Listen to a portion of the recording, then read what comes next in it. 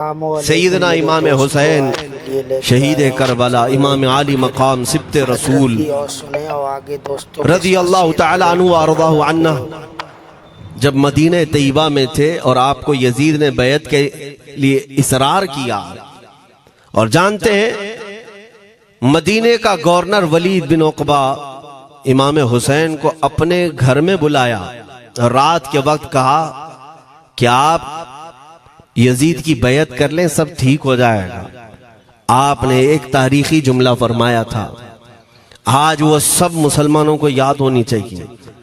इमाम हुसैन ने ये नहीं कहा मैं हुसैन रसूलुल्लाह का नवासा यजीद की बैत करूंगा फासिक व फाजिर की, ये नहीं कहा आपने। तवज्जो चाहता हूं, आपने ये नहीं फरमाया, बल्कि ये फरमाया मुझ जैसा उस जैसे की बैत कैसे कर सकता है।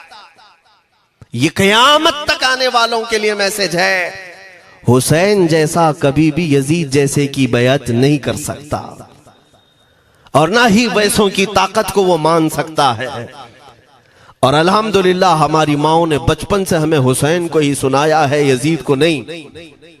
इसलिए आज अगर किसी तख्त पर यजीद बैठा हो तो हमें डर नहीं लगता इस बात का कि वो गर्दन उड़ा देगा, हमें इस बात का खौफ नहीं लगता कि फांसी पर चढ़ा देगा। हमें इस बात का यकीन है कि अगर हमारे टुकड़े भी हो जाएंगे तो इंशाअल्लाह हमारी रूह करबला जरूर पहुंचेंगी। इमाम हुसैन के साथ क़यामत के दिन उठाए जाएंगे, हक बात करते हुए अगर दुनिया से जाएं। अजीज़ान गिरामी वक़ार, मैं तारीख की चंद झलकियां आपके सामने रखूंगा।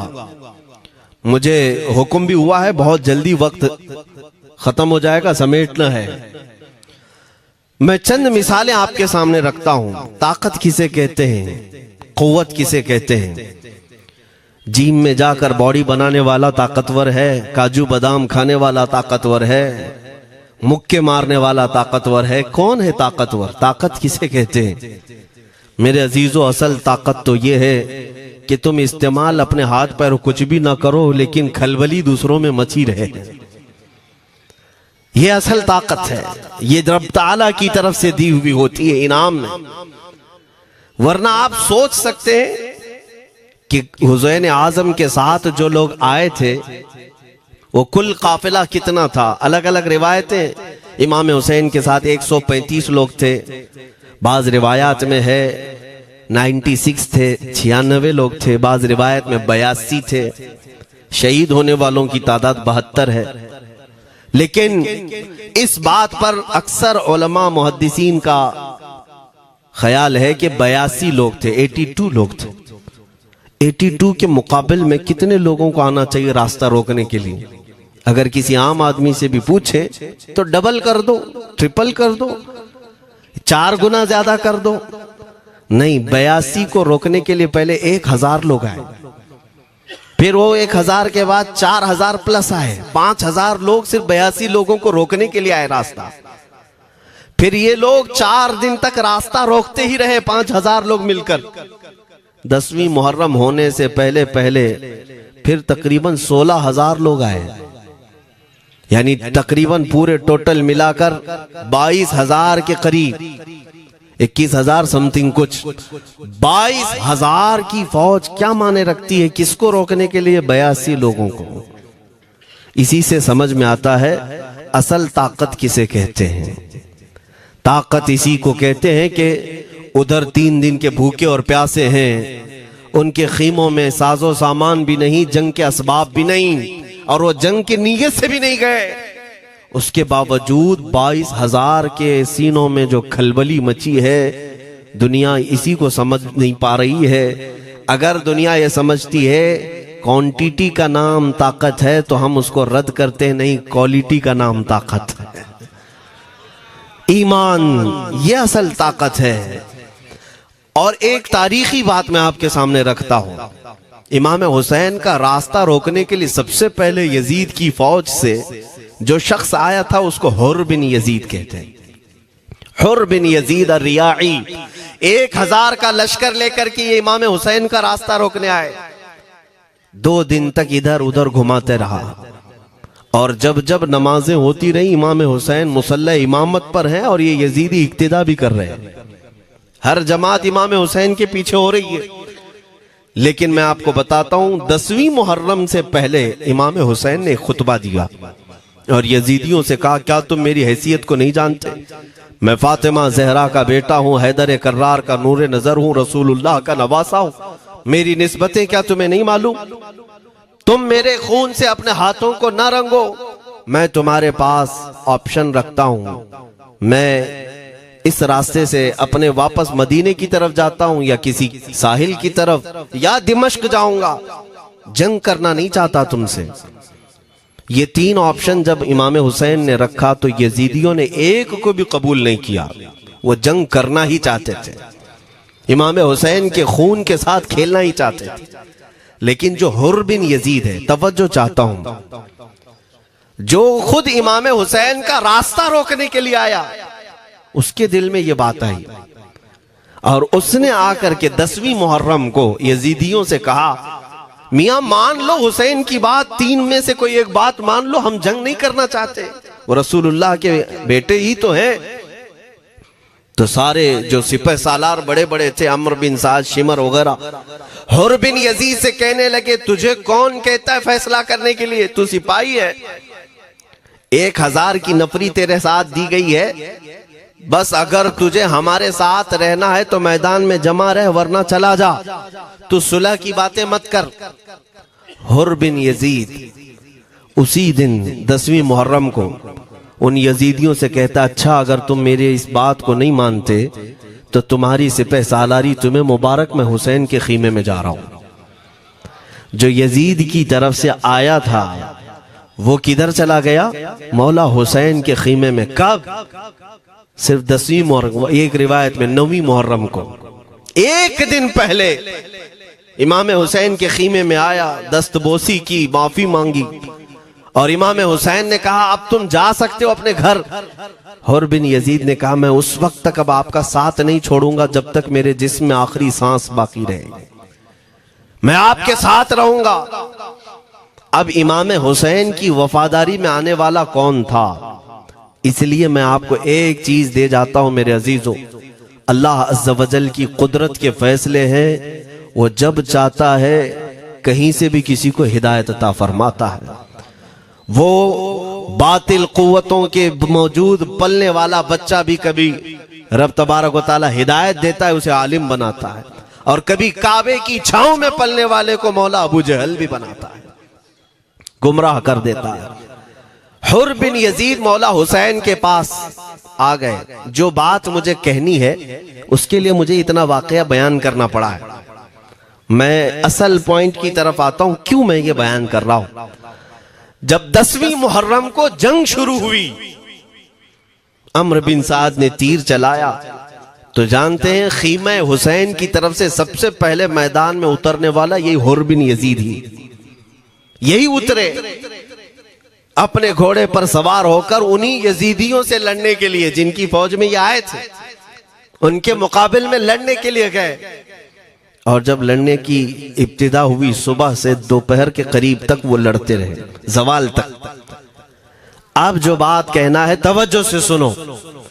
हुर बिन यजीद ने सुबह से लड़ाई की, बहुतों ने वहां पर मैदान जंग में मुकाबला आराइयां की हैं, लेकिन हुर बिन यजीद की जो लड़ाई है वो तारीख में लिखी हुई। आज उन्होंने यजीदियों के साथ जो जंग किया, कई घंटे जंग करने के बाद, जानते हैं तन्हा हुर बिन यजीद ने 120 यजीदियों को कत्ल किया। 120 की तादाद, एक घोड़सवार एक ही है, 120 को मार गिराया। उसके बाद जामे शहादत नोश किया। मैं तारीख पढ़ रहा था, वहीं पर हमने किताब को रोक दी। बहुत सारे लोग करबला के वाकयात में इमाम हुसैन के खानदान के बच्चों के शहादत तो बयान करते हैं, उनके जिस्म कट गए, उनके ऊपर घोड़े दौड़ाए गए, लेकिन तुम ये नहीं जानते कि हुसैनी शहजादों ने बातिल कुव्वतों के कैसे छक्के छुड़ाए थे। एक एक जवान ने मुकाबिल में आने वालों को उनकी औकात कैसे याद दिलाई थी। अब सुनो, हुर बिन यजीद 120 को मार गिरा सकते हैं, वो भी एक दिन पहले खीमा हुसैन में आने वाला, एक दिन पहले खीमा हुसैन में आने वाला। बात समझ में आ रही है? अभी जो एक दिन पहले खीमा हुसैन में आ जाए उसकी ताकत का हाल ये है, जो पैदाइशी हुसैनी हो उसकी ताकत का हाल क्या हो। मेरे अजीजों, ताकत किसे कहते ये समझो। यह और बात है कि लोगों को अपनी ही औकात मालूम नहीं, अपनी हैसियत मालूम नहीं है। होता क्या है मैं आपको बताऊं। अल्लामा अब्दुल मुस्तफा आजमी साहब ने एक बड़ी प्यारी बात लिखी है। वो गुजरात के हालात बहुत अच्छी तरह से जानते थे। आपने एक बहुत अच्छी बात लिखी जो हमारे तमाम चीजों से या आज के जमाने में ये चीज मैच होती है। एक ताजिर तिजारत करने के लिए निकला, उसके पास कुछ कीमती हीरे थे, कीमती हीरे थे, और वो हीरों की तिजारत करता था। और एक चोर उसके पीछे पड़ गया, और वो चोर रोजाना वो चोरी करने के चक्कर में रहता था कि जब रात को ये ताजिर सोए तो मैं ये हीरे निकाल लूंगा। लेकिन 2-3 दिन जब जब वो ताजिर सोता था वो पूरे हीरे चेक करता था, कहीं नहीं मिलते थे। थक गया चोर। 3 दिन के बाद उस ताजिर को उसने पूछा, चोर ने कहा कि तुम हीरे रखते कहाँ हो? दिन भर तो तुम्हारे पास होते, रात में कहाँ जाते? तो उस ताजिर ने कहा, अकल का अगर तू इस्तेमाल करता तो तुझे बात समझ में आती। रोजाना मैं तेरे ही जुब्बे में रात को ये हीरे रखकर खुद सो जाता था। वो अपना नहीं तलाश करता, इसका तलाश करता। बिला तशबीह हो बिला तमसील। मेरे अजीजों, तुम्हारे पास जो ताकत है तुम्हें उसका अंदाजा नहीं। तुम जो मोहब्बत मुस्तफ़ा सल्लल्लाहु अलैहि वसल्लम की शमा अपने सीने में रखते हो, मौला करीम का वादा है तुम्हारे साथ, काना हक्कन अलैना नस्रुल मोमिनीन। रब ताला फरमाता हमने अपने ऊपर लाजिम कर लिया है कि ईमान वालों की मदद करें। और हमने मदद देखी है, रब ताला की मदद देखी है। आज के इन हालात में मुझे बताओ, भौंकने वाले भौंक ही रहे हैं, बाकी तुम्हारा क्या बिगाड़ लिया, क्या तुम्हारा खराब किया? बस ये है कि तुम अपने अंदर खलबली मत मचाओ और ज्यादा खौफ और हिरास में मत जियो। अल्हम्दुलिल्लाह मुसलमान हैं, मोमिन हैं, किसी चोर कौम से तुम्हारा रिश्ता नहीं है। तुम दुनिया की उस अजीम कौम हो जो सिर्फ और सिर्फ अपने रब ताला के हुजूर झुकती है, और अपने रब तबारक व ताला के हुजूर ऐसे झुकती है। मैं चैलेंज के साथ कहता हूं, पूरी दुनिया में कोई कम्युनिटी, कोई कौम ऐसी नहीं है जो अपने खुदा को देखने के बाद ही झुकती है। जिसकी भी जाओ, उनके खुदाओं की तस्वीर वहां पर सामने होती तभी झुकते हैं। वो चाहे ईसाई हो, यहूदी हो, कोई भी हो, उन्होंने कोई ना कोई या मूर्ति बनाई है या तस्वीर बनाई है, तब वो झुकते हैं। तन्हा तुम ईमान वाले हो जो आज तक अपने खुदा को देखा नहीं लेकिन हर दिन सजदा करते हो, तुम्हारा ये ईमान है। और कुरान में शुरू में ही अल्लाह ताला ने जो तारीफ फरमाई सूरह बकरा में, युमिनून बिल गैब, अल्लाह फरमाता है ये वो लोग हैं जो गैब पर ईमान रखते हैं, देखा नहीं। और दुनिया में करोड़ों मस्जिदें होंगी, किसी मस्जिद में अल्लाह की तस्वीर है? किसी मस्जिद में? और या तुम्हें सलातो सलाम पढ़ने के लिए मेरे आका की तस्वीर देखने की जरूरत है? यही तो तुम्हारा ईमान है मेरे अजीजों। मेरे आका को हमने दिल में बसा रखा है, और जब हुजूर पाक की याद आई, बगैर तस्वीर देखे हम खड़े हो जाते हैं। और उनकी मोहब्बत वैसी होती है, हमें किसी तस्वीर और मूरत को देखने की जरूरत भी नहीं होती। तुम्हारी खुसूसियात बहुत हैं। अल्लाह रब्बुल इज्जत ने तुम्हारी पेशानियों को महफूज रखा है, किसी अहरे गैरे के सामने झुकने नहीं दिया। पेशानी मुकद्दस है तुम्हारी। हाँ, ये तो नहीं है कि तुम किसी दरख्त पर भी चले जाओ, पत्थर पर भी चले जाओ, चूहे पर भी झुक जाओ, सांप पर भी झुक जाओ, नहीं है। एक सहाबी हैं, ईमान लाने के बाद वो कहते हैं, या रसूल अल्लाह सल्लल्लाहु अलैहि वसल्लम, दो वाकयात ऐसे हैं जो ज़माने जहालत में हम करते थे। एक वाकया याद करता हूं तो रोना आता है और एक वाकया याद करता हूं तो हंसी आती है। हुजूर ने फरमाया वो दोनों क्या है बताओ। उन्होंने कहा पहला वाकया तो ये है जिसको याद करके रोता हूं कि जवानी में जब हमारे घर बेटी पैदा होती थी तो हम उसका गर्दन मरोड़ कर दफन कर देते थे। आज मुझे वो बात याद आती है तो रोना आता है कि हमने ऐसे कई बच्चियों को दफन कर दिया। अरब वाले दामाद बनाना नहीं चाहते थे और बेटियों को पहले ही मार देते थे। ये वो सहाबी कहते हैं अब याद आती है बात तो रोना आता है। मेरे आका सल्लल्लाहु अलैहि वसल्लम ने फरमाया फिर हंसी किस बात पर आती है।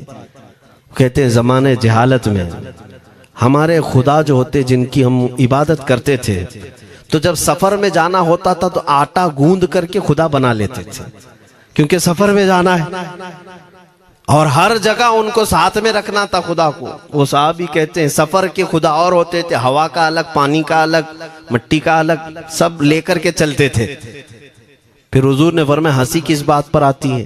वो कहते हैं बीच रास्ते में अगर खाना खत्म हुआ तो कभी खुदा का हाथ तोड़ के खाते थे, कभी पैर तोड़ के खाते थे। अरे मेरे अजीजों 1400 साल बाद आज जब आप हंस रहे हैं उस सहाबी को तो इस बात पर हंसी आती होगी। मैं ये बात सिर्फ इसलिए अर्ज कर रहा हूं कि शुक्र मनाओ अल्लाह रब्बुल इज्जत का कि तुम्हें रब तबारक व तआला ने उस कौम में पैदा किया है जिसका माथा सिर्फ वहदहू ला शरीक की बारगाह में झुकती है। तुम ईमान वाले हो। और मैंने आयत यही तिलावत की खुतबे में, वला तहीनु वला तहज़नु व अंतुमुल अअलौना इन कुंतुम मुमिनीन। घबराओ मत, परेशान मत हो, तुम सबसे ज्यादा सरबुलंद रहोगे अगर तुम ईमान वाले हो। ये कुरान की आयत है। ईमान किसे कहते हैं? ईमान किसे कहते हैं? यानी अल्लाह ने फरमाया अगर तुम ईमान वाले हो तो सबसे ज्यादा कामयाब हो। अब हम पूछते हैं रसूल पाक से ईमान किसे कहते हैं? मेरे आका की जुबान से सुनो, ला युमिनु अहदुकुम हत्ता अकूना अहब्बा इलैहि मिन वालिदिही व वलदिही वन्नासी अजमईन। हजरत अनस से रिवायत है, हुजूर पाक सल्लल्लाहु अलैहि वसल्लम फरमाते हैं तुम में से उस वक्त तक कोई कामिल ईमान वाला नहीं हो सकता जब तक अपने वालिदैन, अपने बच्चे, अपने और सारे इंसानों से ज्यादा मैं उसके नजदीक महबूब ना बन जाऊं। हुजूर से कामिल मोहब्बत जब तक ना करोगे तब तक ईमान भी कामिल नहीं है।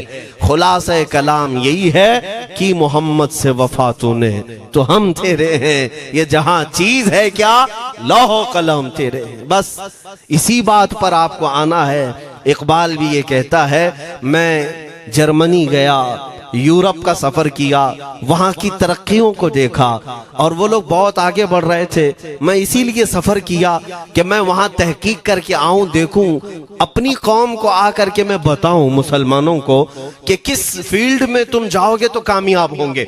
साइंस में, फिजिक्स में, ज्योग्राफी में, केमिस्ट्री में, मैथ्स में, कौन सी फील्ड में तुम जाओगे तो ज्यादा माहिर होगे। कई साल इकबाल ने वहां की खाक छानी, तहकीकात किया और वापस जब आया अपनी कौम की तरफ, अल्लामा इकबाल कहते हैं मैं सारी दुनिया वहां की यूरोप की छान करके आया, यही देखने गया था कि मेरी कौम किस मैदान में उतरे तो कामयाब होगी। तो लोगों ने पूछा क्या वो तुम्हें राज मिल गया? वो कहते हाँ मुझे राज मिल गया। लोगों ने पूछा किस मैदान में उतरे?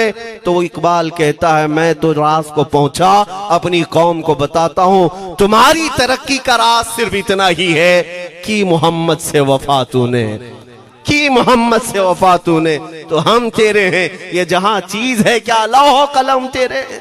सारी कामयाबी का असल राज मेरे आका से बेइंतहा मोहब्बत है।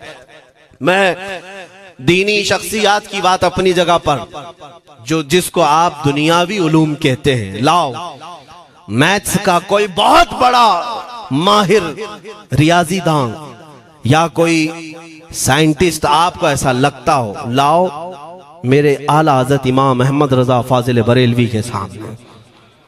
जानते हैं आप उस आला हजरत फाजिल बरेलवी ने 55 उलूम पर अपनी तहकीकात लिख दी हैं। बाकी जानते कितने थे वो अल्लाह ही बेहतर जाने। एक बात मैं आपको बता रहा हूं, मैथ्स में, मैथमेटिक्स में उनके पास ऐसी ऐसी इजादात थी। एक किताब आला हजरत ने लिखी है ज्योमेट्री पर, आज के बच्चे जो कॉलेज पढ़ते हैं वो जानते होंगे।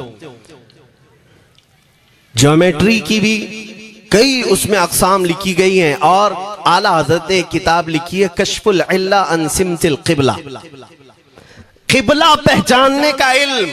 तुम तो आज वो कंपास लेकर के पहचानते हो ना, अब तो मोबाइल में आ गया, मोबाइल को घुमाओ, इधर दिखा रहा उधर, उधर दिखा रहा उधर क़िबला। मेरे अजीजों, इस्लाम मशीनों से नहीं चलता है। इसका सेल चला गया तो क्या तुम्हारा इस्लाम चला जाएगा? इसकी बैटरी चली गई तो क्या तुम्हारा दीन चला जाएगा? नहीं, इस्लाम मुकम्मल कवायद और ज़वाबित के साथ है। सारी मशीनें खत्म भी हो जाए, इस्लाम ने तुम्हें कायदे बनाकर दिखाए हैं, प्रैक्टिकल। ये क़िबला पहचानने का इल्म होता है। शहर का तूलुल बलद अर्जुल बलद देखना होता है, बहुत सारी उसमें चीजें, उसकी सतह समंदर से ऊंचाई कितनी है, फिर सितारों को देखा जाता है, फिर पहचाना जाता है क़िबला, उसको हिसाब में लगाया जाता है। आला हजरत ने ये जो किताब लिखी पूरे 1400 साल में है। आला हजरत की ये किताब जिसमें 10 कायदे खुद उन्होंने इजाद किए, उनसे पहले किसी ने नहीं लिखी, खुद उन्होंने इजाद किए। और उसके बाद आला हजरत ने चैलेंज के साथ कहा कि मैंने, फकीर ने ये 10 कायदे इजाद किए हैं, इस पर कोई अमल करके क़िबला पहचानना चाहे तो उस पर अमल करके खड़ा हो जाए। अगर हिजाबात हटा दिए जाएं तो काबा उसकी नाक के सामने होगा। आला हजरत ने लिखा है काबा ऐन उसकी नाक के सामने होगा। परफेक्ट कायदे उन्होंने लिखे। ये कायदे कहां से आए? हिसाब, मैथमेटिक्स। जो अलीगढ़ के प्रोफेसर अपने फंसे हुए मसाइल हल करने के लिए आला हजरत के पास आए, वाकयात आपने सुने होंगे। अब मैं आपसे कहता हूं, एक बहुत बड़े प्रोफेसर साहब अलीगढ़ के, वो लंदन या ऑक्सफोर्ड जा रहे थे या जर्मनी जा रहे थे कुछ मैथ्स के फंडे हल करने के लिए। आला हजरत के खलीफा ने उन्हें मशवरा दिया कि चले मौलाना अहमद रजा साहब बरेली में रहते हैं, उनसे बात कर लेंगे। पहले तो उन्होंने मजाक उड़ाया, मौलवी लोगों का काम है, प्रोफेसर जिसमें फंसा हुआ है। उन्होंने कहा लंदन और जर्मनी जाने में जितना खर्चा आता है उससे कम ही बरेली को लगता है, एक बार ट्राई कर लीजिए। वो आए आला हजरत के यहाँ, वो मौलाना सैयद सुलेमान साहब के कहने पर जब आला हजरत के पास आए, असर का वक्त था, अजान हो चुकी थी, आप मस्जिद की तरफ जा रहे थे। प्रोफेसर साहब से मुलाकात हुई। आला हजरत ने पूछा कैसे आना हुआ? उन्होंने कहा एक बहुत पेचीदा मसले में फंस गया हूं, मैथ्स का, रियाजी का, हिसाब का हल नहीं होता, इसके लिए मैं बाहर का सफर कर रहा था। आपके शागिर्द मौलाना सुलेमान साहब ने कहा कि आपसे मिलने। आला हजरत ने कहा दिखाएं क्या मसला है? उन्होंने कहा इतने शॉर्ट टाइम में ये हल नहीं होगा, नमाज के लिए आप जा रहे हैं। आला हजरत ने फरमाया फिर भी दिखाओ। आला हजरत को उन्होंने वैसे ही खड़े दिखाया। देखते ही आला हजरत ने उंगलियां रखी और कहा इसका यहां से, इसका यहां से, फलां का यहां से, इस तरह आप लगा करके देख ले, मैं असर की नमाज से फारिग होकर आता हूं। वो प्रोफेसर साहब कहते हैं उन्होंने चुटकियों में यूं हल किया, मैं जब बैठ करके उस मसले को लगाया तो तुरंत 2 मिनट में वो मसला हल हो गया। अब जिसके लिए मैं ये वाकया अर्ज कर रहा हूं सुनो। वो हैरत में आंखें फटी फटी रह गई उस प्रोफेसर साहब की। उधर नमाज होने के बाद आए आला हजरत, तो वो अशश करने लगे। कहा मौलाना साहब मैं पहली मर्तबा देख रहा हूं कि मदरसे का कोई मौलवी मैथ्स के इतने टफ फंडे को हल कर लेता हो। मौलाना ये तो बताएं ये रियाजी और ये मैथ्स के मसले आपने किससे सीखे? कौन है आपको? किस कॉलेज में, किस यूनिवर्सिटी से आपने सनद हासिल की है? यही मुझे कहना है मेरे से। अब आला हजरत का जवाब सुनो। कहते हैं जनाब मैंने अपने वालिद से सिर्फ प्लस माइनस और मल्टीपल के मसले सीखे, जमा, नफी और ज़रब हमारे वालिद साहब ने बस इतना ही सिखाया। और उस वक्त बचपन में मुझे मंतिक, फलसफा, ये सब किताबें पढ़ने का शौक था। मैं हिसाब के, ज्योमेट्री के ये किताबें लेकर बैठा। मेरे वालिद आए, देखा, पूछा अहमद रजा क्या पढ़ रहे हो? मैंने दिखाया ये मंतिक है, फलसफा है या हिसाब की किताबें हैं। मेरे वालिद ने वो किताबें अपने हाथ में ले ली और कहा, जा रसूलुल्लाह की हदीसें पढ़, सदक़े में सारे इल्म दे दिए जाएंगे। आला हज़रत फरमाते हैं, उसके बाद मैंने अपनी जिंदगी मेरे मुस्तफ़ा के कदमों में लगा दी। ये जो आप देख रहे हैं ये मेरे मुस्तफ़ा के कदमों से छन कर मुझे मिला है। बस बात समझ जाओ, ताकत इसी को कहते हैं। नबी पाक सल्लल्लाहु ताला अलैहि वसल्लम से बेइंतहा मोहब्बत करने वाला वो दुनिया के किसी मैदान में भी तन्हा नहीं होता, तन्हा नहीं होता। अजीजा ने गिरामी वक़ार, मैं इस बात की तरफ आपको ले जाता हूँ। एक सहाबी हजरत सलमा बिन अकवा रदियल्लाहु ताला, इनको राजिलु रसूलिल्लाह कहा जाता है। हुजूर सल्लल्लाहु अलैहि वसल्लम के ऐसे सिपाही जितने गज़वात में गए, जितनी जंगों में गए, कभी घोड़े पर नहीं बैठे, पैदल। और वह ऐसा पैदल चलते थे कि कोई घोड़ा भी उनके साथ नहीं पकड़ पाता उनको जब वो भागते थे। घोड़ा भी अपनी तेज रफ्तारी के बावजूद उन्हें नहीं पकड़ पाता। उनको वो लक़ब मिला था राजिलु रसूलिल्लाह, चल करके सफर करने वाला रसूलुल्लाह का सिपाही। एक बार ऐसा हुआ, एक बनु कार्रा का शख्स जिसका नाम अब्दुर्रहमान है, ये मुनाफिक था, खबीस था। इसने तकरीबन 400 लोगों को जमा किया, अपने हम मिजाज लोगों को, और मदीने पर रात के वक्त एक बगीचे पर हमला किया, पूरे बगीचे को आग लगा दिया। और उसके बाद फिर जो खजूरें थी वहां से सब लूट लिया, लूट करके अपने घोड़ों पर रख लिया और निकल पड़ा। उस वक्त सिवाय हजरत सलमा बिन अकवा के कोई नहीं था। उधर 400 लोग लूट मार कर रहे हैं और खजूरें जमा कर रहे हैं, और ये तन्हा साहबी। इस साहबी का हाल ये है, घोड़ा भी नहीं होता था कभी नहीं। अब इनको जलाल आया कि मेरे मुस्तफ़ा के शहर की एक खजूर भी मैं बाहर जाने नहीं दूंगा जो चोरी करके जा रहा है।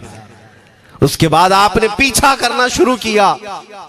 और हकीकत देखें, आप जब हदीस पढ़ेंगे, आला हजरत ने अल मलफूज में भी इसको नकल फरमाया। जब तक मैं ये हदीस पढ़ रहा था, इतनी हंसी भी आती है और उनकी इस बहादुरी पर दिल खिल जाता है और सीना चौड़ा होता है कि वो अकेले किस बात पर भाग रहे थे। उनके पीछे 400 लोगों के पीछे भाग रहे। अच्छा, कोई ये कहे कि नादान आदमी है, 400 लोगों को नहीं देख रहा, अकेला भाग रहा है। हो सकता है इनको कोई कह दिया हो, लेकिन मुझे हैरत उन 400 पर हो रही है जो एक से डर के भाग भी रहे थे। वो भी भाग रहे हैं, एक दौड़ा रहा है और 400 भाग रहे हैं। वह अब्दुर्रहमान कार्रा का रहने वाला कारी भागा जा रहा है और सबसे कह रहा है, सलमा बिन अकवा से अपनी अपनी जान बचा लो। इसीलिए मैं कहता हूं ये बुज़दिल कौमें हैं, मेरे मुस्तफ़ा के गुलामों का मुकाबला करने की सकत नहीं रखती, जिसके सीने में इश्क़ मुस्तफ़ा हो। 400 भागते रहे और ये भगाते रहे बहुत दूर तक।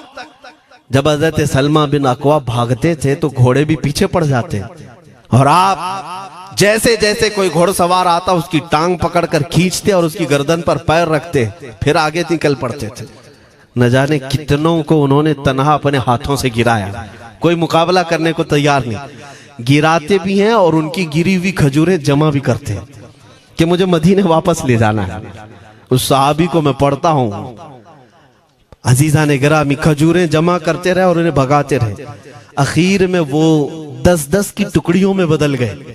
वो अब्दुर्रहमान कार्रा का रहने वाला कहने लगा, एक साथ मत भागो, ये अकेले सबको भगा रहा है, 10 इधर जाओ, 10 उधर जाओ, 10 उधर जाओ। जालिमों, पलट कर मेरे मुस्तफ़ा के गुलाम का मुकाबला करके देखते हैं, लेकिन किसी से नहीं हुआ। वो पहाड़ की चोटियों में चले गए। हज़रत सलमा बिन अकवा पहाड़ पे भी चढ़ने लग गए। तो अब्दुर्रहमान कार्रा वो कहता है वहीं से चीख करके, सलमा बिन अकवा तुमको क्या चाहिए, क्यों पीछा कर रहे हो? कहा, मैं शहर रसूल की एक खजूर भी जब तक तुम्हारे पास होगी पीछा करता रहूंगा। उसने वहीं से अपने सारे साथियों को पुकार कर कहा, सारे लोग खजूरें फेंक दो, अपनी जान बचा लो। सबों ने खजूरें दे दी। हज़रत सलमा बिन अकवा पूरी खजूरें जमा की है, कितनों को रोनते हुए वापस आने लगे। जानते हैं, एक सहाबी और है हज़रत अबू कुतादा, जिनको फारिसु रसूलिल्लाह कहा जाता है। उनका घोड़ा दौड़ता हुआ, उनको दौड़ाता हुआ हजरत अबू कुतादा उस पर हैं और 10 लोग और साथ हैं। वो हजरत सलमा बिन अकवा की मदद के लिए आ गए। जब वो आए तो ये अक्सर को तो गिरा चुके थे, खजूरें ले भी चुके थे। हजरत अबू कुतादा 10 सहाबा के साथ जब आए, हजरत सलमा बिन अकवा की और मदद हो गई। अब ये मदीने आने लगे तो तवज्जो चाहता हूं। हजरत सलमा बिन अकवा ने पूछा, मैं तो अकेला दौड़ा रहा था, कोई मुझे न देखा था, न ये वाकई की किसी को खबर थी, तुम यहां तक कैसे आए? तुमको किसने भेजा मेरी मदद के लिए? मुसलमानों याद रखो, मेरे मुस्तफा की वफादारी में जब कोई निकलता है तो कहां से मदद आती है अंदाजा भी नहीं होता। हजरत सलमा बिन अकवा ने उनसे पूछा, अबू कुतादा से, तुम आए कैसे? हजरत अबू कुतादा ने जो जवाब दिया वो और ताज्जुब का था। कहा, हमने नहीं देखा, हमको मालूम भी नहीं तुम किसके साथ गए हो, हमें ये वाकया भी नहीं मालूम, लेकिन हम अपने खीमे में बैठे थे, हमारा ये घोड़ा दौड़ता हुआ है, ये घोड़ा दौड़ता हुआ आया और दोनों पैर बार बार उठा करके हिनहिनाने लगा। मेरा घोड़ा ऐसा कभी करता नहीं, वो जिहाद में जाने वाला घोड़ा है, फरमाबरदार है। अबू कुतादा ने उसको सहलाया, लेकिन फिर भी वो खामोश नहीं हुआ। हजरत अबू कुतादा कहते, मैं पहचान लिया, वो अपनी पीठ पर मुझे सवार करना चाहता है। मैं इसकी पीठ पर बैठ गया। मेरे साथी भी ताज्जुब में थे, इतनी वक्त गुजर जाने के बाद घोड़े को न भूख लगी है न प्यास लगी है, ये कहां ले जा रहा है? अबू कुतादा कहते, ये घोड़ा है जो तुझ तक हम सबको ले आया है। हजरत सलमा बिन अकवा ने कहा, हाँ मुझे याद है, जब मैं उन 400 को दौड़ा रहा था तो तुम्हारा घोड़ा मुझे देख रहा था। पता ये चला दुनिया का हर जानवर भी मेरे मुस्तफा का वफादार है। अगर तुम नबी पाक सल्लल्लाहु अलैहि वसल्लम की इज्जत व हुर्मत के लिए उठते हो तो चूंटियां अपने सुराख में तुम्हारे लिए दुआ में मशगूल हो जाती हैं, मछलियां पानी में तुम्हारे लिए दुआएं करती हैं। अजीज़ान गिरामी वक़ार, आज मैं अपने जुमलों को समेटते हुए ये बात कहता हूँ, धोराजी की सरजमीन मैंने कभी सुना नहीं या कभी आपसे मुलाकात नहीं की, लेकिन इतना बड़ा मजमा हमें जो सुनने के लिए बैठा है, लोग मुसाफे के लिए आए, फूल हार पेश किए, टूट पड़ते हैं मुलाकातों के लिए। मैं अक्सर जलसों में भी और अपने प्रोग्रामों में ये कहता हूँ, मुझे जो आप इज्जत की निगाह से देखते हैं या मिलना चाहते हैं या देखना चाहते हैं या सुनना चाहते हैं, तो वो इसलिए नहीं है कि किसी बाप का, बड़े बाप का बेटा है या किसी सियासी पार्टी का नेता है। आपकी जो मोहब्बत है वो सिर्फ इसलिए है, ये नाज ये अंदाज हमारे नहीं होते, झोली में अगर टुकड़े तुम्हारे नहीं होते, या रसूल अल्लाह, जब तक के मदीने से इशारे नहीं होते, रोशन मेरी किस्मत के सितारे नहीं होते। जो कुछ भी इज्जत मिली है हमें आज, वो किसी और सलाहियत की वजह से नहीं। साफ मैं बता देता हूं, मैं मुकर्रिर आदमी नहीं, मैं खतीब आदमी नहीं, मैं वो शोलाबार मुकर्रिर नहीं हूं कि जिनकी तकरीरों से लोग बहुत ज्यादा नफा उठाते हो। मैं तो तालिब इल्म आदमी हूं। मेरे आका सल्लल्लाहु ताला अलैहि वसल्लम के लिए इतनी वफा करना जानता हूं कि मैंने यह अहद कर लिया है, मेरे जिस्म में जब तक खून बाकी रहेगा, एक भी सालिम कुत्ता मेरे आका की तरफ उंगली भी उठाए, हम अपनी गर्दन भी निछावर करने को तैयार रहेंगे। मेरे आका सल्लल्लाहु ताला अलैहि वसल्लम के लिए कुर्बानी का जज्बा है, इसलिए मेरे आका ने ये इज्जत अता की है। फिर मुझे ये कहने का हक भी है, जब तक बिके न थे तो कोई पूछता न था, या रसूल अल्लाह तुमने खरीद कर हमें अनमोल कर दिया।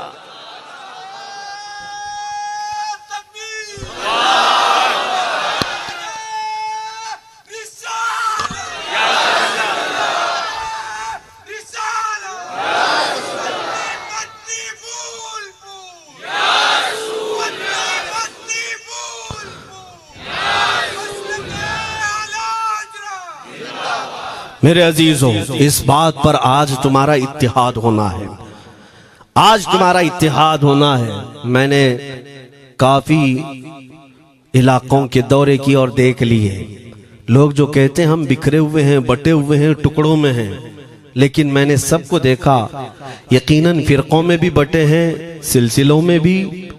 हालांकि सिलसिलों में इख्तिलाफ होना नहीं चाहिए, जो सलासिल हक्का हैं वो सब मदीने तैयबा की नहरें हैं, इख्तिलाफात नहीं, लेकिन उसके बावजूद बटे हुए लोग हैं। एक दूसरे से मुसाफा नहीं करना चाहते, एक दूसरे के पीछे नमाजें नहीं पढ़ना चाहते, जो खाली सुन्नी होकर भी, ईमान वाले होकर के भी। मैं बहुतों से ये शिकायतें सुना कि हम में बहुत सारे इख्तिलाफात हैं, लेकिन इसका हल तकरीरें हैं, तहरीरें हैं, लोगों को समझाना है, इस्लाह करना है, सब करके देख लिया। लेकिन एक बात मैंने खुद प्रैक्टिकल देख लिया कि 1000 टुकड़ों में क्यों ना बटे हों, लेकिन मेरे मुस्तफ़ा का नाम आ जाए तो हर कोई मुत्तहिद नजर आता है। ये हमने देख लिया है, ये हमने देख लिया है। किसी भी पीर से बैत क्यों ना हो, मैं दूसरों की बात नहीं करता, लेकिन मैंने पूरे हिंदुस्तान के कोने कोने में देखा है जाकर के, किसी भी सुन्नी सहीहुल अकीदा पीर से बैत क्यों ना हो, अगरचे उसके आपस के झगड़े हों, लेकिन हमने एक मजमे में मुझे सुनने वालों को, ऐसे इख्तिलाफ वालों को भी देखा, दोनों सुन रहे हैं, लेकिन जब हमने पूछा मेरे मुस्तफा करीम की इज्जत पर बात आए तो तुम में से कौन खड़ा हो सकता है, हर इख्तिलाफ रखने वाला भी ये कहता है या रसूल अल्लाह, ये जिस्म भी तुम्हारा, ये जान भी तुम्हारी, करूं तेरे नाम पे जान फिदा, न बस एक जान दो जहां फिदा, दो जहां से भी नहीं जी भरा, करूं क्या करोड़ों जहां नहीं। ये हर एक का नारा है। इससे पता ये चला कि आज तुम सबको अगर कोई चीज जोड़ सकती है तो नाम मोहम्मद है, मेरे मुस्तफा करीम सल्लल्लाहु अलैहि वसल्लम की मोहब्बत है। गुंबदे खजरा की छांव में सबको जमा करो, इंशाअल्लाह अजीज इत्तिहाद बरकरार रहेगा। असल की तरफ नजर रखो, बादशाह की तरफ नजर रखो। बाकी जितने वली हैं, जितने पीर हैं, सब वजीर हैं, सब वजीर हैं। बादशाह सिर्फ मेरा मुस्तफा है। नबी पाक सल्लल्लाहु ताला अलैहि वसल्लम को हम शहंशाह तस्लीम करते हैं। लिहाजा अगर बादशाह की तरफ नजर होगी तो तुम्हें शैतान ये इस तरह की लड़ाइयों में नहीं रखेगा, वो कामयाब नहीं हो सकेगा। तुम सबका मिशन अगर मेरे मुस्तफा की इज्जत और उनकी नामूस हो जाए, हुजूर अकरम सल्लल्लाहु ताला अलैहि वसल्लम की तरफ हमने देखा है बड़े बड़े इख्तिलाफात खत्म हो जाते हैं। हजरत अबू जर गिफारी, हजरत बिलाल हबशी, दोनों में झगड़ा हो गया था, तकरार हुई। हजरत अबू जर गिफारी ने सिर्फ हजरत बिलाल को गुस्से में आकर कहा, काली औरत के बेटे, या इब्न उम्मी सौदा। ये तकरार में हो जाता है।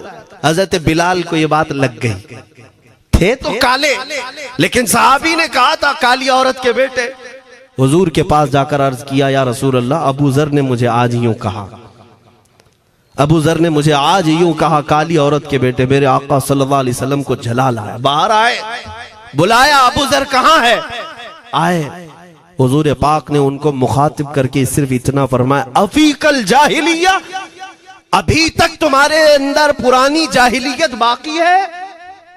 3 बार पूछा और उसके बाद मेरे आका चले गए, कुछ नहीं फरमाया। पुराने जमाने की काफिरों की जाहिलियत अभी बाकी है, जो माँ के नाम से लोगों को गालियां देते या पुकारते थे। हजरत अबू जर गिफारी को इतनी बात लग गई कि मेरे आका मुझसे रूठ गए, मेरे आका के दिल पर यह बात लग गई। तो उन्होंने ये नहीं किया कि देखा जाएगा बाद में क्या होगा, नहीं, सीधे मस्जिद नबवी में हजरत बिलाल को ढूंढने के लिए आए। कहाँ है? हजरत बिलाल मिल गए तो उनका हाथ पकड़ करके लाए। अबू जर गिफारी जमीन पर लेट गए, सो गए। कहा है बिलाल, मुझे माफ कर दे, मैंने तुझे सख्त जुमला कहा, मुझे माफ कर दे। हजरत बिलाल ने कहा, ठीक है, मैंने माफ कर दिया, हो गई बात। लेकिन हजरत अबू जर गिफारी ने कहा, नहीं, मेरा दिल इस पर सुकून नहीं मानेगा। एक काम करो ए बिलाल, तुम अपना ये पैर मेरे चेहरे पर रगड़ो, ये तुम्हारा तलवा जिसको मैंने काला कहा था, उसी तलवे से मेरे चेहरे पर तुम रगड़ो, ताकि मुझे मेरी हैसियत पता चल जाए। हजरत बिलाल क्या उनकी बात पर अपना पांव उनके चेहरे पर रगड़ देते? दोनों हाथों से उनको जमीन पर उठाया और सीने से सीना लगाया। कहा है अबू जर, कैसी बात करते हो? जिस आका के तुम गुलाम हो, उसी आका का मैं भी गुलाम। मैंने ये तारीख में पढ़ा है, अगर सख्तियों को कोई चीज जोड़ सकती है तो वो मेरे आका की मोहब्बत है और मुस्तफा करीम की मोहब्बत है। तुम्हारे सीने चौड़ा कर देगी, तुम्हारा दिल कुशादा कर देगी, तुम अपनों को एक्सेप्ट करने लग जाओगे अपने नबी की निस्बत पर। हाँ, एक बात याद रखें, मैं ये सिर्फ मेरे आका की निस्बत वालों के लिए कह रहा हूं, बाकी हमारा अकीदा तो ये है, नबी से हो जो बेगाना उसे दिल से जुदा कर दे, पिदर मादर बिरादर जानो माल उन पर फिदा कर दे। हम उसको मानते ही नहीं, चाहे बापों की माँ हो जो मेरे नबी को नहीं जानता, जो मेरे आका की अजमत को नहीं पहचानता, मैं उनके बारे में नहीं कहता। हाँ, हमारे एक उस्ताद बुजुर्ग उन्होंने फरमाया था कि बेटा बात करने का लहजा नरम रखना हमेशा। बहुत सारे लोग हमारी तकरीरों को अभी अभी जो सुनते हैं वो कहते हैं बहुत कड़क बोलते हैं, सख्त बोलते हैं। मेरे अजीजों, पिछले 15 साल से करते हैं हम तकरीरें, अखलाकियात पर, तसव्वुफ पर बहुत सारे नरम अंदाज में गुफ्तगू करने के हम आदी थे। वो सब नहीं देखते, लेकिन जहां हम थोड़ा सा चीखते हैं या गरज के साथ बोलते हैं, वो बहुत जल्दी किसी को लगती है और कहते हैं आप बहुत कड़क लहजे में कहते हो। 90% हमने नरम लहजे में बात किया है, लोगों को अखलाकियात सिखाया है। चोरी, जिना, डकैती, सूद, शराब, इन सब की मजम्मत पर बयानात हमने रिकॉर्ड किए। वो सब नजर नहीं आता, लेकिन सख्त जुमले बहुत जल्दी नजर आते हैं। लेकिन ये मैं क्यों करता हूं वो भी आपको बता दूं। हमारे एक बुजुर्ग उस्ताद ने फरमाया, कहा कि बेटा नरम गुफ्तगू करने की आदत रखना, इसलिए कि मेरे आका सल्लल्लाहु अलैहि वसल्लम की सुन्नत है नरमी से कलाम करना। लेकिन एक बात याद रखना, जिंदगी भर नरमी से बात करो, लेकिन मुस्तफा करीम सल्लल्लाहु अलैहि वसल्लम की एहानत या दुश्मनी किसी में देखो तो फिर न तुम्हारी जुबान मीठी होनी चाहिए, न दिल नरम होना चाहिए, न दिमाग ठंडा होना चाहिए। हाँ, ये ईमान का तकाजा है। हम जो सख्त बात करते हैं, लोगों को ऐसा लगता है कि इतना कड़क नहीं बोलना चाहिए। तुम्हें पता भी नहीं हज़रत उमर फारूक कितना बोलते थे। हाँ, उमैर बिन वहब एक शख्स था जो हुजूर के कत्ल का इरादा करके आया था मक्का से। सफवान नाम का एक और शख्स, उमैर नाम के, दो लोग हतीम काबा में बैठकर मीटिंग करके आए। क्योंकि सफवान का बाप जंग बदर में मारा गया था, उमैर का बेटा जंग में कैदी होकर हुजूर के पास कैद था। दोनों का प्रॉब्लम सेम था। दोनों लोग हतीम काबा में बैठ करके फैसला करते हैं। सफवान ने कहा मैं तुझे बहुत पैसे दूंगा, एक तलवार को जहर में बुझा कर जाओ मदीने और मोहम्मद का कत्ल करके आओ सल्लल्लाहु अलैहि वसल्लम। उमैर बिन वहब तलवार छुपा करके मदीने आया, लेकिन जिस वक्त वो आया, हजरत उमर फारूक चंद सहाबा के साथ मस्जिद नबवी के बाहर खड़े थे। देखते ही उसकी गर्दन में जो है ये गमछा डाला, रुमाल, और कहा खुदू हादल कल, पकड़ो इस कुत्ते को। ये हजरत उमर की जुबान से निकलेंगे, कहते हैं पकड़ो इस कुत्ते को। यही वो है जो बद्र के अंदर, मैदान बद्र में मक्का वालों को भड़का रहा था जंग पर हुजूर के खिलाफ। यहाँ मदीने में आया है, पकड़ो इसको। हजरत उमर बाहर ही सब कर देते, लेकिन कहा कि मैं हुजूर से पूछ के आता हूँ इसका करना क्या है। मेरे आका के पास गए, कहा या रसूल अल्लाह, वो शैतान कुरैश आया है, कुरैश का शैतान आया है उमैर बिन वहब, और मुझे लगता है वो बुरी नीयत से आया है। हजरत उमर पहले ही भांप रहे हैं, मुझे लगता है वो बुरी नीयत से आया है, क्या करना है आप हुक्म फरमाए। मेरे आका ने फरमाया उमर उसको अंदर ले आओ। उमैर बिन वहब को वैसी गर्दन में वो गमछा डाल के घुमा के अंदर ले आए मस्जिद नबवी में। हुजूर ने पूछा, हजरत उमर से कहा छोड़ दो। जब अंदर आया तो पूछा हुजूर ने, क्यों आए उमैर? अब वो झूठ बोलने लगा, कहा मेरा बेटा आपके पास कैदी है, खैर खैरियत पूछने के लिए आया, और क्या है। मेरे आका ने फरमाया सच सच बताओ क्यों आए हो। उसने फिर कहा मैं अपने बेटे की खैरियत मालूम करने आया हूं, और क्यों आया हूं। हुजूर ने फरमाया खैरियत मालूम करने आए तो तलवार लेके क्यों आए हो। उसने तलवार दिखाने के लिए फेंक दिया, कहा इस तलवार का क्या होना है। तलवार तो हमारे पास बद्र में भी थी, लेकिन पता आप ही के साथ थी। बड़ी बड़ी बातें करने लगा। मेरे आका को जलाल आया और कहा उमैर वो बात क्यों नहीं बोलते जो तुम सफवान के साथ काबा के हतीम में बैठकर करके आए हो। मदीने में बैठा रसूल खाने काबा में होने वाली गुफ्तगू को सुन रहा है। दूर और नजदीक के सुनने वाले वो काने लाले करामत पे लाखों सलाम। ये हदीस मौजूद है, सही हदीस है। इसी हदीस के तर्जुमानी करते हुए हम तो ये अकीदा रख ही सकते हैं ना, हम यहाँ से पुकारें वो वहां से सुने, मुस्तफा की समाअत पे। हाँ, ये अकीदा बरेली वाले का जो है वो अपने पेट का अकीदा नहीं, ये सहाबा का अकीदा है। मेरे अजीजों, जब मेरे आका ने फरमाया वो बात बताओ जो हतीम काबा में करके आए हो, अब थर थर थर कांपने लग गया। इससे इस रसूल से क्या छुपाएं जो हतीम काबा में तन्हाई में होने वाली मीटिंग को भी जानता हो। कहा अब मैं क्या बताऊं जब आपको सब मालूम है। अब मैं जो कहना चाहता हूं वो ये है, अशहदु अन्नका मुहम्मदन रसूलुल्लाह, मैं गवाही देता हूं कि आप मोहम्मद अल्लाह के रसूल हैं सल्लल्लाहु अलैहि वसल्लम। ईमान ले आए। अब सुनिए मेरे अजीजों, ईमान लाने के बाद हुजूर पाक सल्लल्लाहु अलैहि वसल्लम ने तलकीन फरमाई कि अब इस्लाम पर कायम रहो, ईमान पर बरकरार रहो। कत्ल करने के लिए आया, मेरे मुस्तफा का गुलाम बन गए। अब उसके बाद हजरत उमर क्या कहते हैं, हजरत उमर जो गमछा गले में डाल के अंदर लाए थे, अब गले में हाथ डालकर बाहर ले जाते हैं। और बाहर जो साथी खड़े थे उन सबको मुखातिब करके कहते हैं, लोगों सुनो। हजरत उमर के अल्फाज सुने, कहते हैं थोड़ी देर पहले ये जो शख्स तुम देख रहे हो, मुझे खिंजीर इससे अच्छा लगता था। अल्लाह, ये लफ्ज भी है, वल्लाही इन्नी लअहब्बु खिंजीरन मिन हाज़ा। कहते हैं कि इससे बेहतर मैं खिंजीर को समझता था क्योंकि ये दुश्मन रसूल था। लेकिन अब सुनो ऐ लोगों, अब मेरे सगे बेटे से ज्यादा मुझको ये अजीज है, इसलिए कि मेरे आका का गुलाम। यही ईमान है, यही ईमान है। अजीजान गिरामी, खुलासा कलाम मेरी बात का यही है, मोहम्मद की मोहब्बत दीन हक की शर्त अव्वल है। इसी में हो अगर खामी तो सब कुछ नामुकम्मल है। इकबाल ने क्या खूब कहा था, अगर पहचानना हो तो मेरे अजीजों पहचानो, तुम मेरे आका सल्लल्लाहु अलैहि वसल्लम के कदमों तक अगर पहुंच गए तो यही दीन है। बमुस्तफ़ा बरसा खैश के दी हमाउस, गर्ब उन रसीदी तमाम बुल हबीस।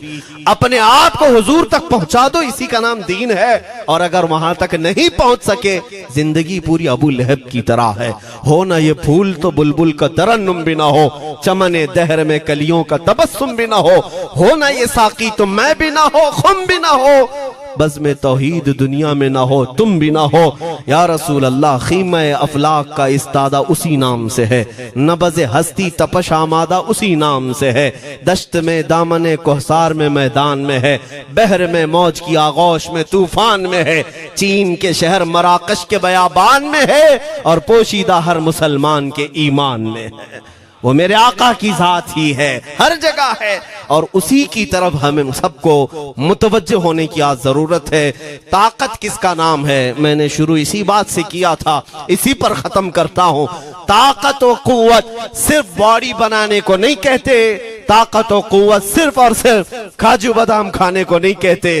ताकत और कुव्वत उसके अंदर है जो देखने को अगरचे कमजोर लगता हो, लेकिन दुश्मनों के सीने उसकी याद से ही आज भी खलबली मच जाती हो। हमने देखा है 100 साल पहले की बात, आला हज़रत इमाम अहले सुन्नत फाजिल बरेलवी इमाम अहमद रजा खां, नाम तो हर बच्चा जानता है आज, और अपनों से ज्यादा गैर भी जानते हैं और थरथराते भी हैं। लेकिन क्या कभी तुमने आला हजरत की सीरत में ये पढ़ा कि उनका जिस्म कैसा था? उनका जिस्म कैसा था? बहुत लहीम शहीम, चौड़े सीने वाले, बड़े बाल वाले, ऊंचे चेहरे वाले? नहीं मेरे अजीजों, तारीख में आप पढ़ोगे आला हजरत कसरत से लिखने की वजह से, कसरत से इबादत की वजह से, जिस्मानी एतबार से बड़े दुबले पतले थे, बड़े दुबले पतले थे। लोग देखने वालों ने यह कहा है, जिस्मानी साख्त ऐसी नहीं थी कि कोई पहलवान नजर आता हो, दुबले पतले थे, नहीफ थे, देखने में कमजोर लगते थे। लेकिन मजाल है जब वो आशिक रसूल का कलम चलता था, कलम चलता था, और वो भी यूं पुकार कर कहता था, ये रजा के नेज़े की मार है, क्या आदू के सीने में गार है, किसे चारा जोई का वार है, कि ये वार वार से पार है। और फिर उन काफिरों को कहा था उस इमाम अहले सुन्नत ने, किल के रजा है खंजरे खूंखार बरकबार। ये कोई दावा नहीं कर सकता आज। किल्क किसको कहते हैं समझा भी देता हूं मैं आपको। किल के रजा, आला हज़रत अपने कलम को कह रहे हैं, किल्क मतलब कलम, रजा का कलम कैसा है? खंजरे खून खार बरकबार, यानी खून पीने वाला खंजर और चमक पैदा करने वाली जो बिजली होती है। आला हज़रत बड़े नरम दिल भी थे, रहम दिल भी थे। अपनों को जब नवाजते थे तो बेहिसाब नवाजते थे। आजिजी ऐसी कि बच्चों से भी माफी मांगते, आजिजी ऐसी। और अपने पीर खाने पर जाने की बात आए तो चप्पलें कितनी दूर छोड़ जाए। गुरूर और घमंड की बात नहीं, लेकिन जब मेरे मुस्तफा के दुश्मनों से मुकाबले की बात आती तो यूं कहते, तुम क्या समझते हो किल के रजा है खंजरे खूंखार बरकबार, आदा से कह दो खैर मनाए न शर करे। ये बात ईमान के तकाजे की है। मैं आज हर आलिम से मिंबर पर बैठे हुए और हर मोमिन से यही कहना चाहता हूं, जो मेरे मुस्तफा की इज्जत की बात आए सर चढ़कर बोलना सीख जाओ। मेरे आका ने फरमाया है, जालिम और जाबिर बादशाह के सामने हक बात का ऐलान करना सबसे अफजल जिहाद है। और ये तो कर ही सकते हो। उन पाखंडियों को लफ्ज़े जिहाद से भी डर लगता है और लफ्ज़े जिहाद पर ही बड़ा प्रोपेगेंडा करते हैं। मुझे इस बात का कोई खौफ नहीं। हाँ, लोग ये कहते हैं मौलाना जिहाद के लफ्ज पर थोड़ा साइड होकर के बात कर लेते हैं। तुम बुज़दिल क्यों बने जा रहे हो? लफ्ज़े जिहाद एक पाकीज़ा लफ्ज है, मुकद्दस लफ्ज है। इस लफ्ज को अगर निकाल दिया तो मेरे आका की आधी सीरत खत्म हो जाएगी। कैसे बताओगे नबी पाक की सीरत? बदर को क्या कहोगे? तकरार हुई थी। खंदक, ओहद, तबूक, खैबर, ताइफ, ये सब को क्या कहोगे? तकरार हुई थी। जिहाद लफ्ज है, सेल्फ डिफेंस का नाम है। इतना हक तो हर एक को है मेरे अजीजों। लेकिन ये तो आज मैं ये बात भी नहीं कर रहा हूं तुमको तलवार उठाओ, बंदूक उठाओ, गोली मारो, बंदूक से लो, ये सब बातें तो हम करते भी नहीं, हमें जरूरत भी नहीं।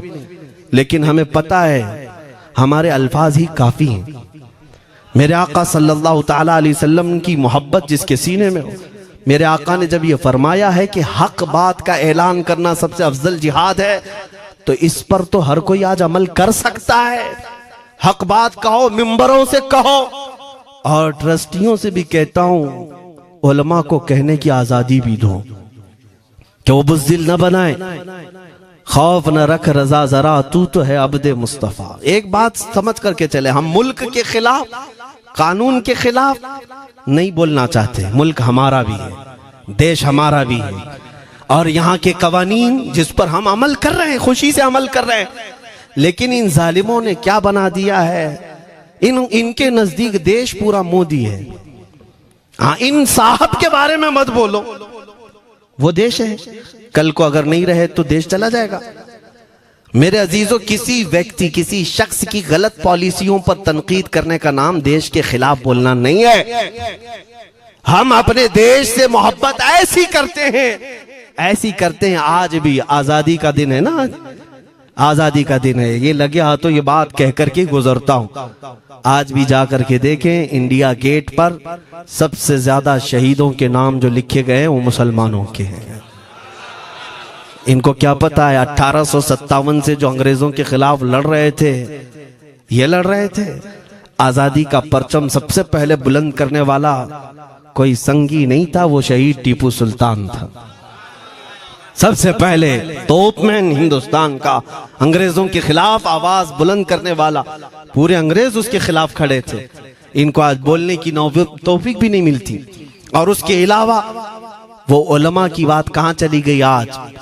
अंग्रेज तारीखदान ने लिखा है कि सबसे ज्यादा हमें खतरा हिंदुस्तान में मुसलमानों से था, और हमने दिल्ली से लेकर कश्मीर तक कोई एक झाड़, कोई एक दरख्त बाकी नहीं था जिसमें हमने एक आलिम को लटकाया नहीं था फांसी पर।